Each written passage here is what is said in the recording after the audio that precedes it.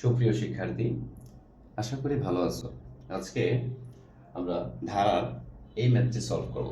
দেখো কি বলছে, 7 plus p plus q plus r plus 16,807, এটা একটা গুণিত ধারা। ওকে, এই ধারাটির পি কিউ ও এস এর মান নির্ণয় করতে বলছে। আচ্ছা, তো শুরুতে যখন তুমি দেখবা এইরকম একটা টাইপ আসছে যে মাঝখানের কয়েকটা পদ তোমার দেওয়া নাই, এগুলোকে X Y Z P Q S এরকম দেওয়া আছে, তখন তুমি কি করবা? তোমাকে এগুলোর মান যখন বের করতে বলবে, তো শুরুতে দেখো একটা মান দেওয়া আছে 7। আমরা জানি এটা হচ্ছে প্রথম পদ, 7টা হচ্ছে প্রথম পদ। ওকে, আমরা লিখি এখানে প্রথম পদ ইকুয়াল a ইকুয়াল 7।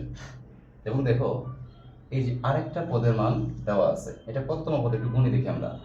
1 2 3 4 5 নম্বর পদ, 5 নম্বর পদটা। এবং পঞ্চম পদ ইকুয়াল 16,807। দেখো আমাকে বলছে পি কিউ এস এর মান নির্ণয় করার জন্য। দেখো যখন এরকম একটা ম্যাথ থাকবে যে প্রথম পদের মান দেওয়া থাকবে আর একেবারে 4 নম্বরে 5 নম্বরে গিয়ে আরেকটা পদের মান দেওয়া থাকবে, আর মাঝখানে এই পদগুলোর মান তোমাকে বের করতে বলবে, এই সময় তুমি দেখবা যে এটা তো প্রথম পদ। সো প্রথম পদটা বাদ দিয়ে যেই পদের মান প্রশ্নে দেওয়া থাকবে তুমি সেই পদের মানটাকে নিয়ে একটা শর্ত তৈরি করবা এবং স্টার্ট করবা। ধরো আমি এখানে পাইতেছি 5 নম্বর পদের মানটা দেওয়া আছে, সো আমি লিখব প্রশ্ন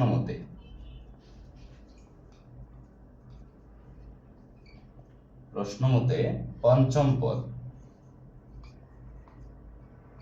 পঞ্চম পদ কত আছে? এই যে এটা পঞ্চম পদ। তুমি এই যে লাইনটা লিখছি, তুমি চাইলে এই লাইনটাকে এখানে প্রশ্ন মতে দিতে পারো, সমস্যা নাই। আচ্ছা, এখন পঞ্চম পদ। আচ্ছা, আমরা n তম পদের কি সূত্র জানি? যেহেতু এটা গুণোত্তর ধারা, এখানে প্রশ্নে বলা হয়েছে এটা একটা গুণোত্তর ধারা। সো গুণোত্তর ধারার যে কোনো পদ নির্ণয়ের সূত্র, অর্থাৎ n তম পদ নির্ণয়ের সূত্র কি? সেটা হচ্ছে a r to the power n minus 1। এটা হচ্ছে গুণোত্তর ধারার যে কোনো পদ নির্ণয়ের সূত্র। সো আমরা যদি এখানে এই যে পঞ্চম পদ, এটার জায়গায় এই যে পদ নির্ণয়ের সূত্রটা লিখি, তাহলে a r to the power n minus 1। দেখো যে n মানে কি? পদের নাম্বারটা আমরা কত দিব? দেখো পঞ্চম পদ বলছে, তার মানে এই যে n লিখছি, nটাকে না লিখে আমরা এখানে 5 লিখে দিলাম। 5 মাইনাস 1 এটা যা আছে তাই থাকবে, 16,807। পরের লাইনে যাই, এই দেখো এর কিন্তু মান আছে 7, সো আমরা বসাই দিলাম 7। তারপর দেখো এখানে আছে r to the power 5 minus 1, অর্থাৎ কত দাঁড়ালো? 4 ইকুয়াল 16,800। এটাকে কোনো চেঞ্জ করব না। এখন দেখো আমরা প্রথমে r এর মানটা বের করে নিব। সো এই 7 মানটাকে এই পাশ থেকে ওই পাশে পাঠিয়ে দেব। সো r টু দি পাওয়ার 5 দেওয়া 4 থাকবে, সমান সমান এই 7টা এখানে গুণাকারে আছে, এটা এখানে ভাগাকারে চলে যাবে এইটার নিচে। এটাকে যদি 7 দ্বারা ভাগ করো তাহলে তোমার মান আসবে হচ্ছে যে 2,401। হ্যাঁ ঠিক আছে, 2,401 আসবে। বা এখন ফলো করো, এখানে r এর উপরে কিন্তু এটা পাওয়ার আছে 4, তোমার ডান দিকে মানে কোথাও পাওয়ার 4 নাই, তার মানে কি তুমি r এর এই পাওয়ার 4টাকে বাদ দিতে পারতেছো না। আমাদের এখন কাজ হচ্ছে যে এট এনি কস্ট আমরা যে কোনো ভাবেই এই পাওয়ারটাকে বাদ দিব। অর্থাৎ এখানে যেহেতু r এর পাওয়ার 4 আছে, তাহলে ডান দিকেও আমার পাওয়ার 4 বানাতে হবে। কি করে বানাবো?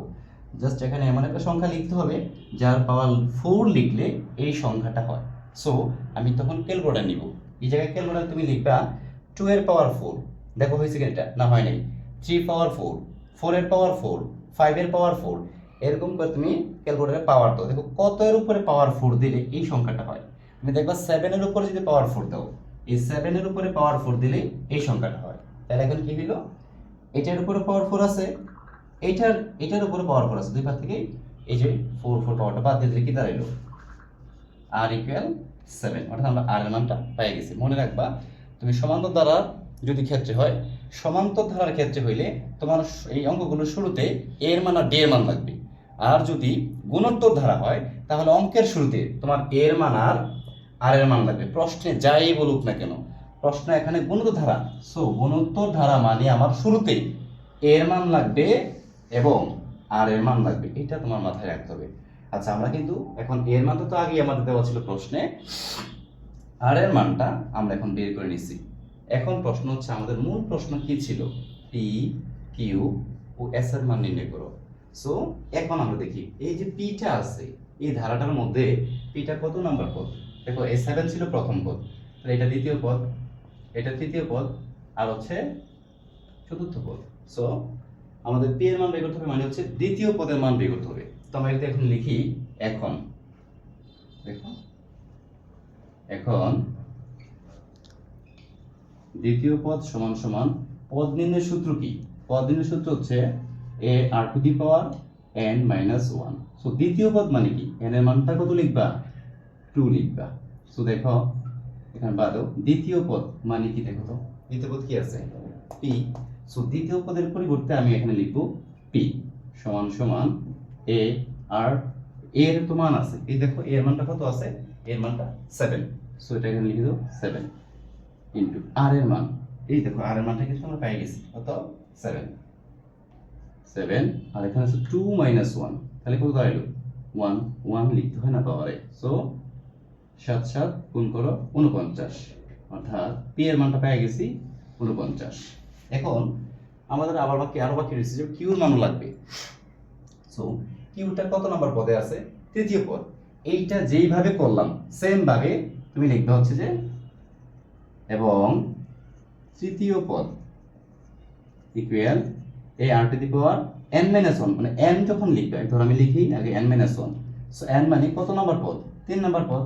সো n মানটা আবার আমি 3 ইউজ করব, বা তৃতীয় পদ কোনটা দেখো তো? তৃতীয় পদ হচ্ছে কিউ, অর্থাৎ এই তৃতীয় পদের পরিবর্তে তুমি লিখবে কিউ ইকুয়াল a এর মান আছে 7, যে আমরা এখানে এর মান পাইছি 7 ইনটু আর এর মান কত? এই যে বসাইছে আর এর মান 7, মানে যে এখান থেকে নিতে পারো, এই যে আর এর মান 7। ওকে, তো আমরা এখানে দেখি আর এর মানটা 7 আর 3 মাইনাস 1 কত দাঁড়াইলো? 2। বা তুমি ডিরেক্ট ক্যালকুলেট করো, এখন কিউ ইকুয়াল এই যে 7 আর এই যে 7 কে স্কয়ার করলে 7 7 49 আসে, এর সাথে আবার 7 তুমি ডিরেক্ট ক্যালকুলেটর উঠাই দাও, 7 ইনটু 7 স্কয়ার ডিরেক্ট ক্যালকুলেট করো, দেখো মান চলে যাবে 343। কিউর মানটা হচ্ছে 343। সেম ভাবে তুমি হচ্ছে যে এবার আর এর মানটা বের করবা। সো আর এর মানটা আমি আর বের করব না, এখানে যেভাবে করলাম দ্বিতীয় পদ তৃতীয় পদ, এইভাবে তুমি আবার কি করবা?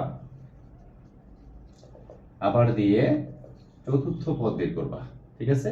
a r to the power 4 minus 1, তাহলে 4 মাইনাস 1 মানে কি? এখানে হবে 3, এর মান 7 ইনটু আর এর মান 7, আর 4 মাইনাস 1 মানে হচ্ছে কত? 3। ডাইরেক্ট ক্যালকুলেট করে দাও, দেখো এখানে মান আসছে তোমার কত?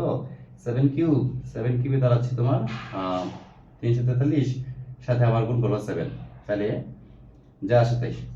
এখানে কত আসে? যা আসে তাই। চতুর্থ পদ মানে কি? 4 নম্বর পদ। কত আসছে? চতুর্থ পদ হচ্ছে আর। সো এটা লিখবা আর,